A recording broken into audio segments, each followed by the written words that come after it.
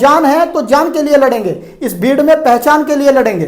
तुम लड़ोगे मुझे हराने के लिए और हम अपनी शान के लिए लड़ेंगे, और लड़ेंगे तो जीतेंगे, अब नहीं हारेंगे। शेरनी का दूध पिया है, हम यूं ही दहाड़ेंगे। जानते हैं बाबा साहब अंबेडकर ने कहा था कि किताबें जो पढ़ेगा वो शेरनी का दूध पिएगा, और शेरनी का दूध जो पिएगा वो दहाड़ेगा। इन दोनों डेट के बीच एक चीज मुझे दिखाई दे रही है, बहुत ज्यादा ब्लिंक कर रही है, बहुत दूर से दिखाई दे रही है, वो है लोकसभा के चुनाव। फिर दोबारा न्यू डेट पर अपना क्या करना शुरू कर दिया, कोर्स लॉन्च कर दिया। इस बार हम ये करेंगे, और जो है चक दे फट्टे और ये इस टाइप की इन्होंने वीडियो डालना शुरू कर दी। प्रत्येक स्टूडेंट ये कहता हुआ दिखाई दिया मुझे कि 17-18 फरवरी का अगर पेपर रद्द ना होता तो मेरा उसमें फाइनल एग्जाम के लिए 24 फरवरी 2024 को 1:50 पर माननीय मुख्यमंत्री जी ने ट्वीट करके ये बताया कि हम इस एग्जाम को रद्द, लोकसभा का चुनाव है। इसी लोकसभा के चुनाव की वजह से 3 साल का रिलैक्सेशन मिला है। इसी लोकसभा के चुनाव की वजह से अदर स्टेट का स्टूडेंट भी यूपी पुलिस के एग्जाम में भाग लेने लगा। हेलो स्टूडेंट, स्वागत है आपका आपके अपने YouTube channel education with Sanjeev में। मैं संजीव मंडार एक बार फिर आपके सामने वो घटनाक्रम लेकर आया हूं जिसके आधार पर मैं आपको ये प्रूफ कर पाऊंगा कि किस तरीके से आपको डिमोटिवेट किया जाता है, और डिमोटिवेट करने के बाद किस प्रकार सरकार अपने उद्देश्य की पूर्ति करती है, और किस प्रकार ये बड़े यूट्यूब चैनल आपसे हजारों करोड़ों रुपए कमाते हैं। मैं ये बताना चाहता हूं कि मेरा कोई उद्देश्य किसी विशेष सरकार, किसी विशेष व्यक्ति या किसी विशेष यूट्यूब चैनल को टारगेट करना नहीं है, बल्कि जो सच्चाई है और जो पीछे घटना हुई है उन्हें एक बार आज की डेट में आपको ये दिखाना है कि उस समय आपके साथ क्या किया गया था। क्योंकि आप क्या करते हैं कि बहुत जल्दी भूल जाते हैं। मैं 2-3 चीज़ों पर विशेष ध्यान रखूंगा। एक वर्ड है ध्रुवीकरण। ध्रुवीकरण का मतलब यह होता है कि जब मैक्सिमम संख्या को एक ही बिंदु पर लाकर रोक दिया जाए और फिर उसका फायदा उठाए, उसे ध्रुवीकरण कहा जाता है। मैं बात करूंगा कि किस प्रकार नए कोर्स लॉन्च किए जाते हैं और उन्हें लॉन्च करने की मैक्सिमम जो समय अवधि रखी जाती है वो किस बात को ध्यान में रखकर रखी जाती है, और इन्हीं सारी चीज़ों को मैं डेट टू डेट बात करूंगा।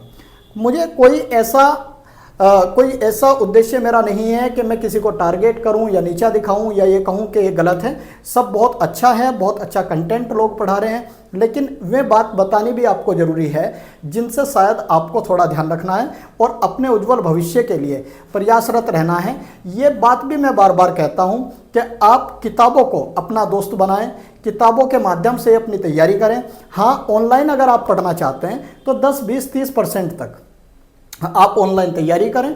तो मैं बिल्कुल date to date UP police में क्या हुआ था, किस प्रकार 2 बार एग्जाम आयोजित किया गया, और पहली बार जो एग्जाम हुआ उस एग्जाम में किस प्रकार ध्यान रखा गया, और दूसरी बार के एग्जाम में किस प्रकार बातों को अवॉइड करके सिर्फ एक भर्ती प्रक्रिया को पूरा करने का एक सामान्य सा तरीका अपनाया गया। तो ये सारी चीज़ें हैं, बहुत अच्छे से मैं इस चीज़ को एक्सप्लेन करूंगा और बहुत अच्छे से आप इन्हें समझेंगे। बस मेरी ये रिक्वेस्ट है कि आप इस वीडियो को पूरा देखें और समझें। मैं बार बार ये भी कहता हूं कि मुझे कमेंट सेक्शन के माध्यम से बिल्कुल बताएं कि बात लॉजिकल है या नहीं है। अगर आपको लगता है कि बात लॉजिकल नहीं है तो आप कमेंट करें। मैं एक और बात बताना चाहता हूँ, कुछ निगेटिव कमेंट भी आते हैं।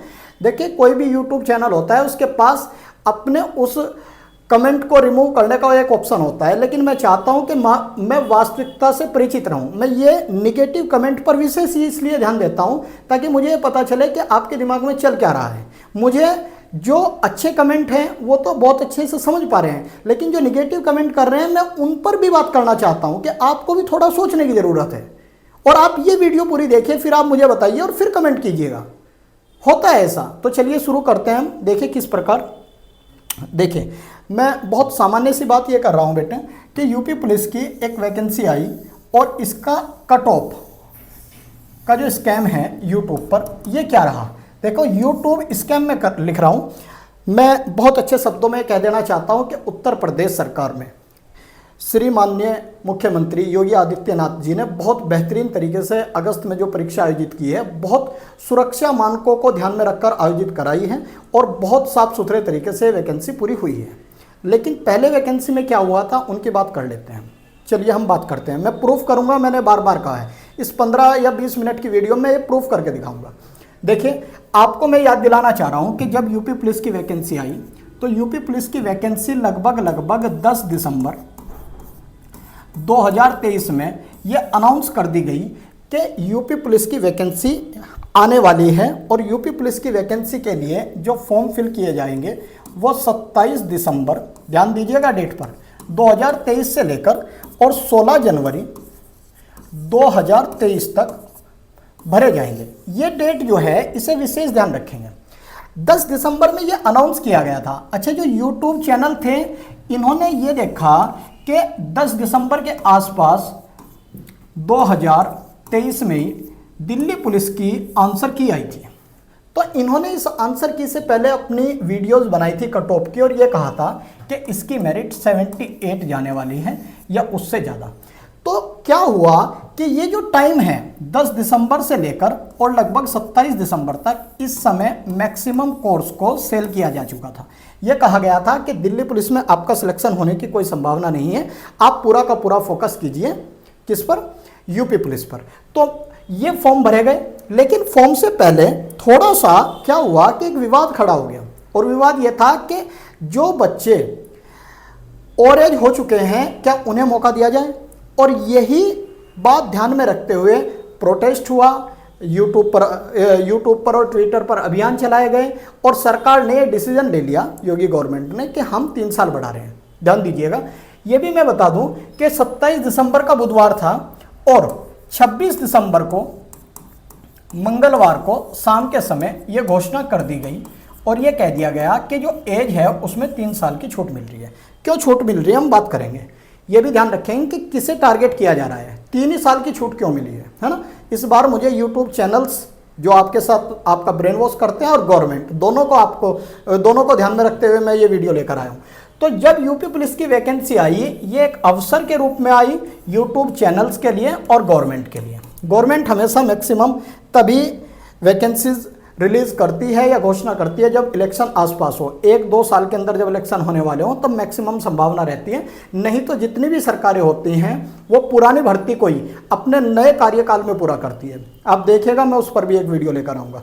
हुआ क्या कि ये एक अवसर था यूट्यूब चैनल्स के लिए भी और गवर्नमेंट के लिए भी, और गवर्नमेंट इस अवसर को बहुत अच्छे से, बहुत बखूबी भुनाना चाहती थी, इसीलिए उसने बहुत आसानी से और बहुत जल्दी 3 साल की छूट दे दी।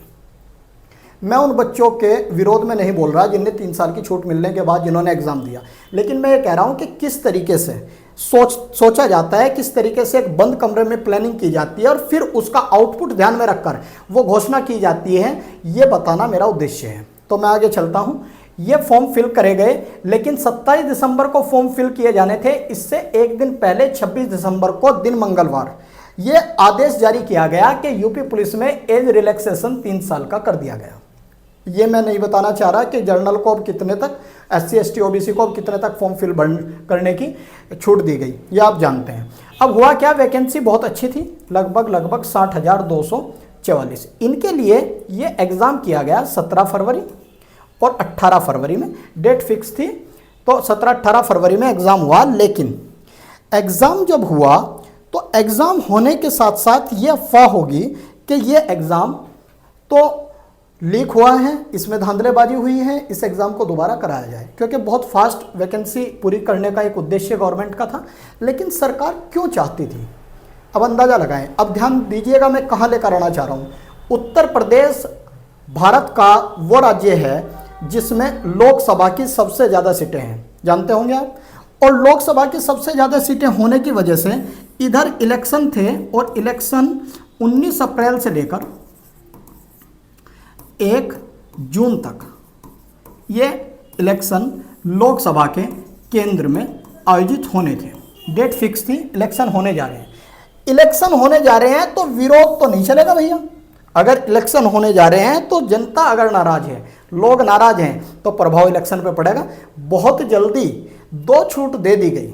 एक छूट ये दे दी गई कि भैया आप जो है 3 साल ज़्यादा तक भी एज में रिलैक्सेशन ले सकते हैं। दूसरी छूट ये दी गई कि भैया अब जो है उत्तर प्रदेश जो यूपी पुलिस कांस्टेबल का जो एग्ज़ाम है, इसका फॉर्म न केवल यूपी के ही लोग फिल करेंगे बल्कि आसपास के जो अदर स्टेट के लोग हैं वे भी फॉर्म को फिल कर सकेंगे, क्योंकि चुनाव यूपी में विधानसभा का नहीं था, केंद्र में लोकसभा का था।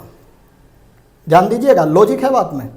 और अब देखिए क्या होता है कि उत्तर प्रदेश में जैसे ही आसपास के राज्यों को भी फॉर्म फिल करने की आज़ादी दी गई, तो गवर्नमेंट ने मैक्सिमम जनसंख्या को टारगेट करने की कोशिश की ताकि लोकसभा के चुनाव में उन्हें पॉजिटिव रिजल्ट मिल सके, और इसीलिए 3 साल की छूट दे दी गई। ये तो हुई सरकार की बात। सरकार बिल्कुल भी जनता को, आवाम को नाराज नहीं करना चाहती थी। ठीक, दूसरी तरफ यूट्यूब चैनल ने अपने बहुत बढ़िया से कूपन लगाए कि आप ये कूपन लगा दिए, 499 का कोर्स मिल रहा है, या ये कूपन लगाइए आपको जो है 799 का कोर्स मिल रहा है। और कूपन से पहले ये 1200, 1300, 1500 रुपये के कोर्स हैं, लेकिन हम आपको दे रहे हैं, हम बहुत बड़ा शान आपके ऊपर कर रहे हैं। ये दोनों ही लोगों ने, दोनों ही जो मैं बॉडी आपको दिखा रहा हूँ, दोनों ही जो आप इमेज के माध्यम से देख पा रहे हैं कि 2 बॉडी हैं, एक यूट्यूब चैनल्स और एक गवर्नमेंट, वो इसे एक अवसर के रूप में देख रही हैं, और स्टूडेंट को ये खबर ही नहीं कि उसके साथ क्या किया जा रहा है। अब तक भी कुछ नहीं हुआ। जैसे ही 17-18 फरवरी का 2024 में यूपी पुलिस का एग्ज़ाम हुआ, तो इसमें मैं ये कह रहा हूँ कि जितने भी यूट्यूब पर चैनल हैं उनका कंटेंट पास रहा, फेल नहीं हुए हैं। कंटेंट उनका बहुत बढ़िया था, उन्होंने बहुत बढ़िया पढ़ाया।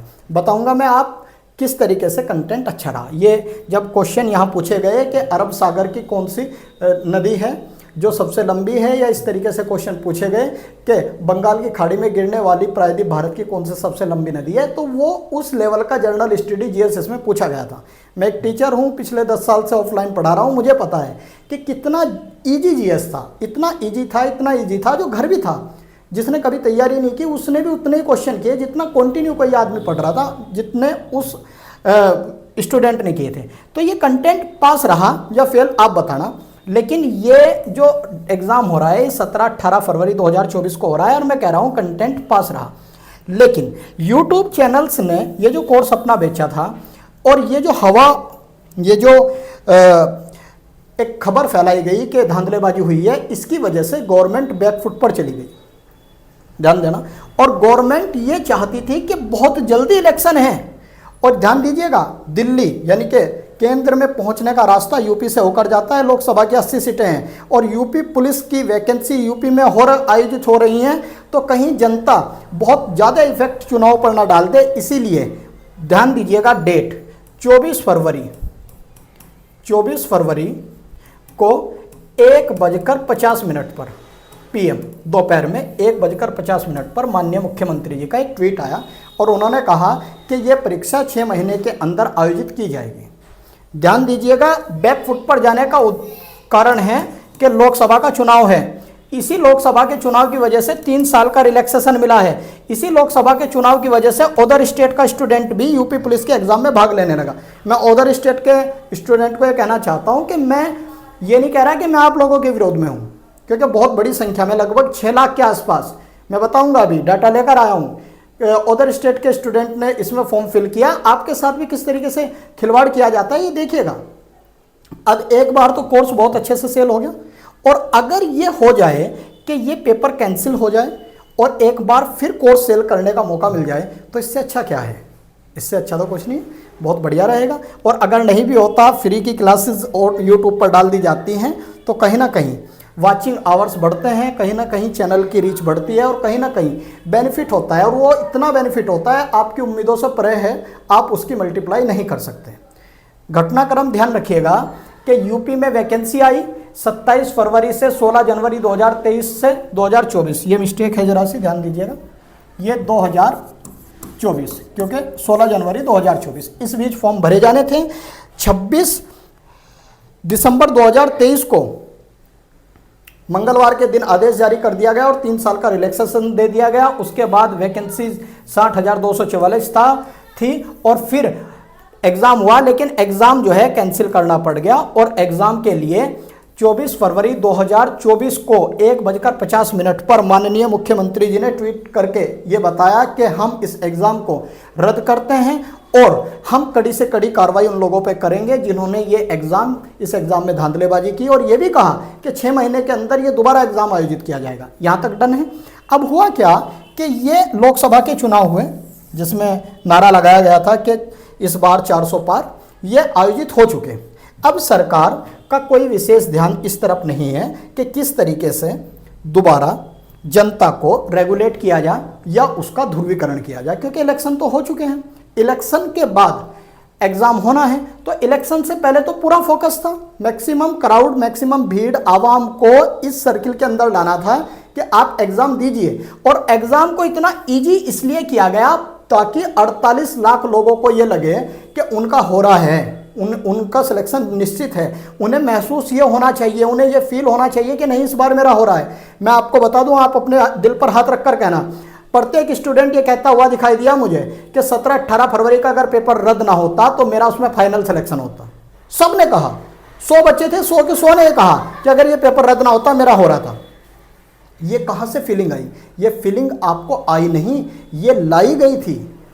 उस तरीके का ही पेपर तैयार किया गया था ताकि आपको ये महसूस हो कि नहीं यार बहुत अच्छे से वो मेरा पेपर हुआ है, मैं तो इस बार सेलेक्ट हो जाऊंगा। ये भी ध्यान रखिएगा कि 18 फरवरी से लेकर ये जो चुनाव की डेट है 19 अप्रैल से 1 जून, इसके बीच रिजल्ट नहीं आना है। रिजल्ट इलेक्शन के बाद ही आना था। अगर पहले आ जाता तो फिर तो पता चल जाता, इलेक्शन के बाद रिजल्ट आएगा, क्योंकि सभी को महसूस होना चाहिए कि नहीं ये बहुत अच्छे से मेरा एग्जाम हुआ है, मेरा सिलेक्शन हो रहा है। तो इनका तो भैया डबल फायदा हो गया। इन्होंने तो एक बार फिर दोबारा न्यू डेट पर अपना क्या करना शुरू कर दिया, कोर्स लॉन्च कर दिया। इस बार हम ये करेंगे और जो है चक दे फट्टे और ये इस टाइप की इन्होंने वीडियो डालनी शुरू कर दी। हमारा कंटेंट देख लो, ये रहा वो रहा, बहुत बढ़िया से, ठीक, क्योंकि रहा भी था। अब मैं बताऊंगा कैसे रहा था, आप महसूस करना। अब हुआ क्या कि 23, 24, 25 और 26 नहीं है, 30 और 31 को इन 5 दिनों में अगस्त में एग्जाम हुआ और ये कंटेंट फेल हुआ। यहाँ लिख रहा है कंटेंट फेल।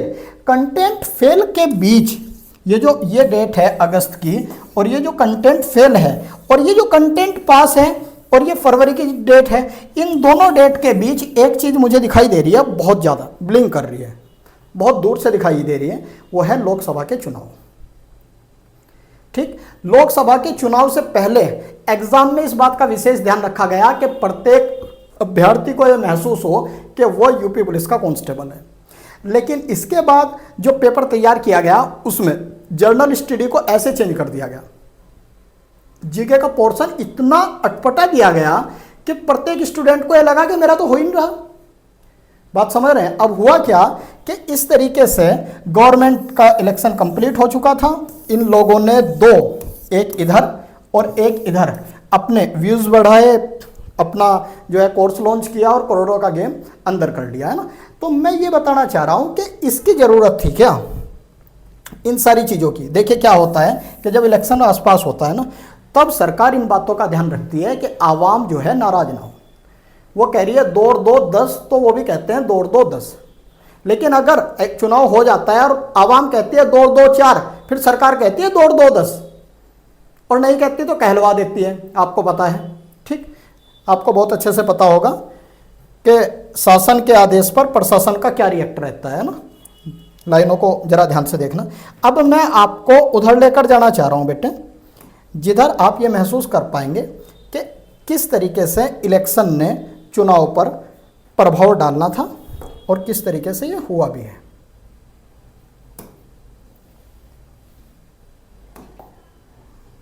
एक सेकंड का समय दें बस, वीडियो को पूरा देखें, अभी बहुत कुछ बच रहा है ना।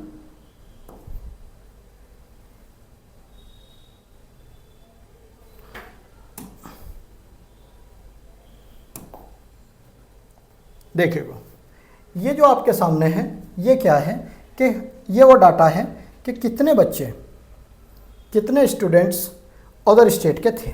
मैं स्टूडेंट की संख्या से ज़्यादा कोई वो नहीं रखता, मैं आपको यहाँ बताना चाह रहा हूँ। ये सीट्स याद रखना बस कि लोकसभा की किस राज्य में कितनी सीटें हैं। ये आप ध्यान रखिएगा कि यूपी में हो रहे हैं तो 80 सीट्स लोकसभा की हैं और इसमें कोई डाउट नहीं है। अब देखिए बिहार का कितना स्टूडेंट था, लगभग 2,67,296, मध्य प्रदेश का 98,400, राजस्थान का 97,276, हरियाणा का 74,767, दिल्ली के 42,260, झारखंड के 17,112, उत्तराखंड के 14,627, पश्चिम बंगाल के 5,512, पंजाब के 3,404 और महाराष्ट्र के 3,151। अगर मैं इन राज्यों की लोकसभा सीट्स की बात करता हूं तो मैं ये निश्चित तौर पर प्रूफ कर पाऊंगा कि लोकसभा का 90% इलेक्शन इन्हीं राज्यों के इर्द गिर्द घूमता है, इसीलिए एंट्री दी गई। मैं उन बच्चों से ये कहना चाहता हूं कि आप ये महसूस ना करें कि क्यों एंट्री दी गई, मैं इस बात का विरोध कर रहा हूं। ये मेरा विरोध नहीं है, मेरा ये विरोध है कि किया क्यों गया, आपको पता तो हो, समझ रहे हैं। मैं कहीं ना कहीं नहीं चाहता कि अलगाव की भावना हो। हम सब भारतीय हैं, चाहे यूपी है या महाराष्ट्र है, हम सब इंडियंस हैं और हमें किस तरीके से काम करना है हम सब जानते हैं, ठीक। लेकिन मैं ये बताना चाह रहा हूँ कि ये डाटा है। अगर ये डाटा आपको पता होगा तो निश्चित तौर पर आप देख पाएंगे कि 6,30,481 बच्चे 48 लाख में से वे थे जो अदर स्टेट के थे। इस डाटा के माध्यम से ही मैं आपको ये बता पाया कि किस तरीके से अदर स्टेट का बच्चा उत्तर प्रदेश में एग्ज़ाम दे रहा है। और ये सारी की सारी चीज़ें कब आ गई थी, ये आई थी 27 फरवरी 2023 से 16 जनवरी 2024 के बीच, जब फॉर्म फिल किए जा रहे थे। ऐसा नहीं है कि आपके साथ खिलवाड़ पहली बार हुआ है, हर बार आपके साथ ऐसा ही होता है, इसमें कोई डाउट नहीं है। अगर आप कहो तो मैं प्रूफ करके दिखाता हूँ। देखिए फ़ायदा किस तरीके से उठाया जाता है। फ़ायदा तब तक नहीं उठाया जाता जब तक कोई ऐसा निश्चित समय नहीं होता जो ख़त्म होता हुआ दिखाई देता हो। यानी कि अगर मैं आपको ये कह दूं कि 30 दिन बाद आपका एग्ज़ाम है, तो अब आपके माइंड का कोई भी डाटा रजिस्टर्ड करने का जो कैपेसिटी है, जो पावर है, वो 30-40% ही रह जाती है। अभी एग्ज़ाम की कोई डेट नहीं है, अगर आप पढ़ेंगे तो मैक्सिमम चीज़ें याद रहेंगी। लेकिन जब टाइम पीछे की ओर चलता है, 30 दिन की जगह फिर जब घटता हुआ टाइम दिखाई देता है, तो 4-5 दिन तो ऐसे ही चले जाते हैं कि पढ़ना क्या है, और लास्ट के 4-5 दिन हमें ये समझ में नहीं आता कि अब हम क्या करें। तो मुश्किल से 30 दिन में से 20 दिन स्टूडेंट पढ़ पाता है, और मैं प्रूफ करके दिखा सकता हूँ। और प्रूफ करूँ तो बताइए, चलिए प्रूफ करता हूँ मैं। प्रूफ करते हैं ऐसे कि आपके पास 30 सेकेंड है, ध्यान दीजिएगा, प्रूफ करूँगा। आपके पास 30 सेकेंड है और इन 30 सेकेंड में आप कोई ऐसा चित्र, ऐसी सीनरी, ऐसी इमेज, ऐसी पिक्चर अपने माइंड में सोच लें जो बहुत बढ़िया हो। 30 सेकंड में आपको सिर्फ अपने माइंड में वो पिक्चर सोचनी है, वो सीनरी, वो चित्र आपको सोचना है, केवल 30 सेकंड में। 30 सेकंड में बहुत ज़्यादा समय दे रहा हूँ, सोचने में ज़्यादा समय नहीं लगता। और आपका टाइम स्टार्ट हो रहा है अब 30 सेकंड।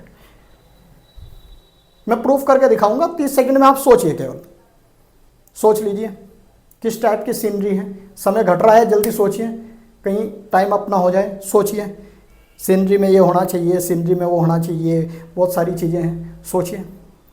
जब आप सोचते रहेंगे तो इन 30 सेकंड में आप महसूस करेंगे अरे बहुत जल्दी टाइम चला गया। चलो, मुझे लग रहा है कि टाइम अप हो गया, और इस टाइम अप में हमें क्या करना चाहिए, 30 सेकंड कंप्लीट। अब मैं बता रहा हूँ क्या हुआ।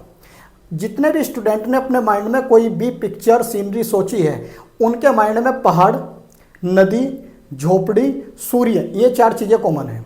आप अपने माइंड से वो सीनरी सोच ही नहीं पाए जिसमें एक घोड़ा खड़ा हो, वो सीनरी सोच ही नहीं पाए जो बिल्कुल डिफरेंट हो। सीनरी तो कुछ भी हो सकती है, लेकिन जो बचपन से सीनरी आप बनाते आए हैं इस तरीके से, 3 पहाड़, फिर एक नदी, फिर एक झोपड़ी, फिर एक पेड़, और फिर उगता हुआ सूरज, यही सीनरी आप हर बार बनाते हैं और वही सीनरी आपसे बनवाई जाती है। पता रहता है उन यूट्यूब चैनल्स को कि किस तरीके से स्टूडेंट सोचता है और किस तरीके से उसका ब्रेन वॉश करता है। मैं जिम्मेदार मानता हूं उन्हीं यूट्यूब चैनल्स को जिन्होंने बच्चों के साथ, जब समय कम था, इस टाइप की सीनरी बनवाई जो कहीं से कहीं तक भी वैल्यूएबल थी ही नहीं।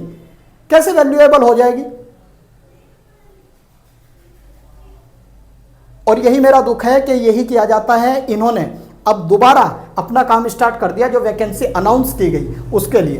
बात समझ रहे हैं? और आप इससे बचें। मैं बार बार कह रहा हूं कि किताबों की ओर लौट चलो, किताबें आप पढ़ो, उनसे भी पढ़ो, मैं ये नहीं कह रहा, लेकिन 10-20% उनसे पढ़ो। और जब उनसे पढ़ेंगे तो आपको ये रियलाइज होगा ऐसा ही होता है बेटे, ऐसा ही होता है, जितनी बार भी होता है। और क्वेश्चंस की बात करूं, देखिए क्या होता है कि कंटेंट वो कहीं किसी किताब से देखते हैं, और जब किताब से कंटेंट देखते हैं तो उसे तैयार करते हैं, फिर उसकी पीपीटी बनती है, और फिर 3 काम करते हैं, एक तो गोला, एक अंडरलाइन और एक टिक। बस प्रत्येक टीचर के 3 काम हो रहे हैं कि उसे बहुत अच्छे से सर्किल करना आता है, अंडरलाइन करना आता है और टिक लगाना आता है। मैं आपसे पूछना चाह रहा हूं बेटे कि अगर वो स्टूडेंट उन कंटेंट को खुद ही तैयार कर ले तो शायद बहुत अच्छे से कर पाएगा। मैं छोटा सा एक क्वेश्चन इंडियन कॉन्स्टिट्यूशन का आपसे डिस्कस करना चाहता हूं। प्रत्येक टीचर ये पढ़ा रहा है कि आर्टिकल 61 के तहत भारत के राष्ट्रपति पर महाभियोग लगाया जाएगा, लेकिन ये गलत पढ़ा रहे हैं। अब आपको लग रहा होगा कि मैं गलत बोल रहा हूं, लेकिन मैं आपको ये बताना चाह रहा हूं कि महाभियोग की प्रक्रिया केवल प्रोसीजर आर्टिकल 61 में दिया गया है। अगर आप ये पढ़ना चाहते हैं कि भारत के राष्ट्रपति पर महाभियोग लगाया जाएगा, ये प्रावधान है आर्टिकल 56 के 1 का बी पार्ट, जिसे हम ख पार्ट बोलते हैं। उसमें यह कहा गया है कि यदि राष्ट्रपति संविधान का अतिक्रमण करता है तो उसके ऊपर आर्टिकल 61 में दी गई महाभियोग की प्रक्रिया से उसे हटाया जाएगा। आप ध्यान दीजिए, प्रोसीजर समझ रहे हैं? प्रोसीजर का मतलब होता है कि किस तरीके से हटाया जाएगा, और प्रावधान 56 में है कि हटाया जाएगा, प्रोसीजर 61 में है।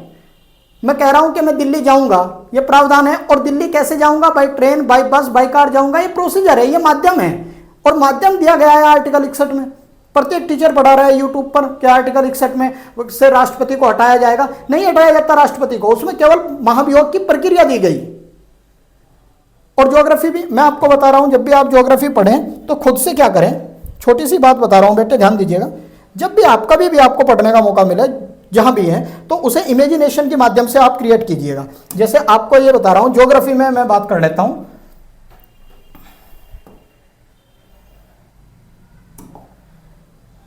देखिए, आपने बहुत अच्छे से ये पढ़ा होगा, बहुत अच्छे से पढ़ा होगा।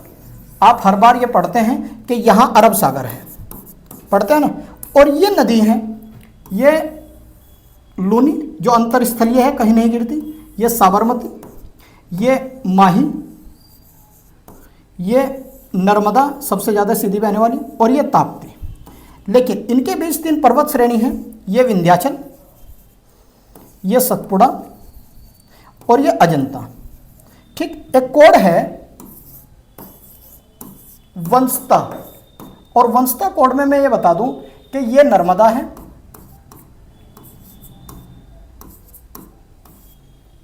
और ये ताप्ती है।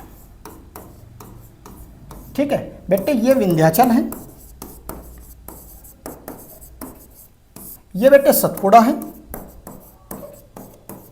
और ये बेटे अजंता है। ठीक, ये तीनों चीजें आप वंशता के माध्यम से अपने माइंड में एक बार सेट कर लीजिए कि नर्मदा नदी विंध्याचल और सतपुड़ा के बीच बहती है, ताप्ती नदी सतपुड़ा और अजंता के बीच बहती है। इस तरीके से खुद तैयार कीजिए आप। जितना अच्छा आप खुद तैयार कर पाएंगे ना, इतना अच्छा कोई आपको नहीं पढ़ा सकता। मैं भारतीय संविधान, इंडियन कॉन्स्टिट्यूशन की एक क्लास आपके लिए लेकर आऊंगा, केवल एक क्लास लेकर आऊंगा। आपको जानकर आश्चर्य होगा कि केवल एक क्लास और संविधान को खत्म करके चला जाऊंगा। एक एक आर्टिकल को एक ही क्लास में खत्म कर दूंगा। लगभग आपको ये लगेगा कि 70-80% एक ही क्लास से मेरा संविधान खत्म हो गया, क्योंकि हम ऑफलाइन आपको कराना चाहते हैं। हम आपको बताना चाहते हैं कि बेटे किताबें उठाएं आप, और वो क्लास भी होगी तो बेयर एक्ट से होगी। बेयर एक्ट होता है भारतीय संविधान की मूल प्रति कॉपी, किसी किताब से, किसी पब्लिकेशन की किताब से नहीं।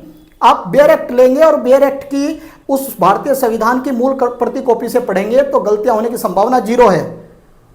यही आपको करना है हर बार, और मैं प्रूफ करके आपको दिखा भी रहा हूं बार बार कि बेटा ऐसा नहीं हो सकता कि आप सिर्फ ऑनलाइन के माध्यम से सिलेक्शन लें, आपको ऑफलाइन पढ़ना पड़ेगा। और जो लोग गलत कमेंट करते हैं, मैं उन्हें कहना चाहता हूं कि इन कमेंट्स की और इन चीज़ों की जो वैल्यू है ना, ये जो कीमत है वो आप नहीं चुकाएंगे। इनकी कीमत चुकाते हैं माँ बाप। आप कभी गौर से अपने माँ या बाप की आंखों में देखना, और देखना कि वो किस तरीके से आपकी सफलता का इंतजार कर रहे हैं। आप ये देखना कि वो आपसे बाद में सोते हैं और आपसे पहले उठते हैं, और जिम्मेदारियां सारी आपके कंधों पर हैं। आप ऑनलाइन के माध्यम से लेटे हुए देख रहे हैं कि ये बहुत अच्छा टॉपिक है, मैं इसे कंप्लीट कर लेता हूं। अरे भाई, पेन घिसना पड़ेगा।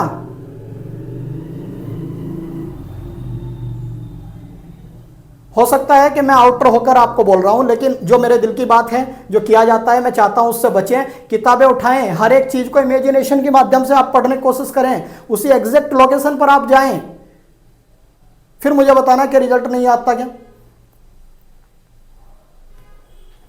देखिए, छोटी सी बात है, मैं 2 शब्द बहुत कहना चाह रहा हूं। ये जो पेन है ना, ये जो कलम है, इसमें दम है, इसमें पावर है।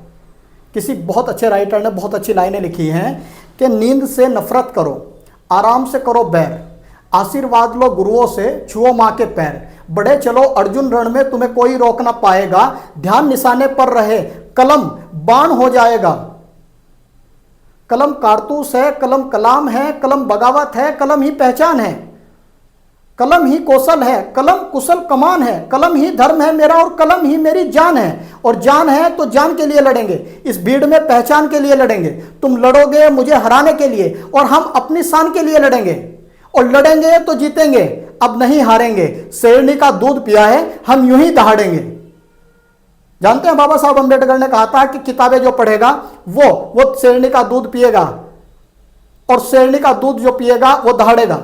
आप जानते होंगे, कई बार आपने देखा भी होगा। मैं इसीलिए कहना चाहता हूं कि किताबों की ओर लौट चलो। देखिए, मैं किसी विशेष यूट्यूब चैनल, किसी विशेष टीचर, किसी गवर्नमेंट को टारगेट नहीं कर रहा हूं। मैं केवल आपके दिल की बात बताना चाहता हूं। मैं अपनी एक क्लास लेकर आऊंगा इंडियन कॉन्स्टिट्यूशन की, बता रहा हूं आपको। शायद कल सैटरडे में रात 8 बजे वो क्लास आपको देखने को मिले। केवल सिंगल एक क्लास से संविधान कैसे खत्म किया जाता है ना, ये मैं आपको दिखाऊंगा। और महसूस करना आप, केवल 15 मिनट की क्लास में कैसे इंडियन कॉन्स्टिट्यूशन को मैं ऐसे घुमाकर समाप्त कर दूंगा। आपके माइंड में कैसे इमेज को मैं फिट कर दूंगा। क्या ताकत है ऑफलाइन की।